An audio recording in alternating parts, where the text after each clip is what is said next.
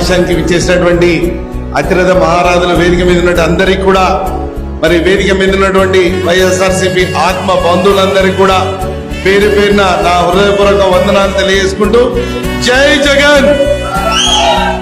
ఈ రోజు ఈ కార్యక్రమంలో ముఖ్యంగా ఒక్క నినాదంతో ముందుకు వెళ్దాం. ప్రజా వైద్యం ప్రజల హక్కు.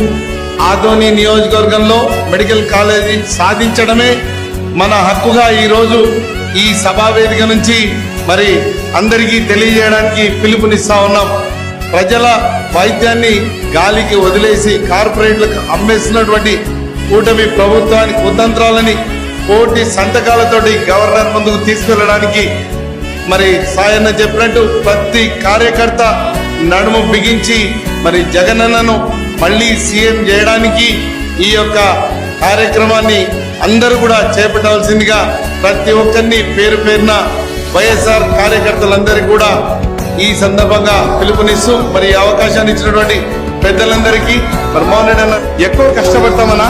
రాబోయే రోజుల్లో 60,000 సంతకాలు ఖచ్చితంగా మేము గ్రామానికి తిరిగి ప్రత్యక్షంగా కోడుమూరు నియోజకవర్గం నుంచి హర్షన్న సారథ్యంలో మా మండల కార్యకర్తలందరితోటి 60,000 సంతకాలు ఈ నవంబర్ 20 వరకు సమయాన్ని కేటాయించి ఒకసారి అందరికీ ధన్యవాదాలు తెలియజేసుకుంటూ జై జగన్.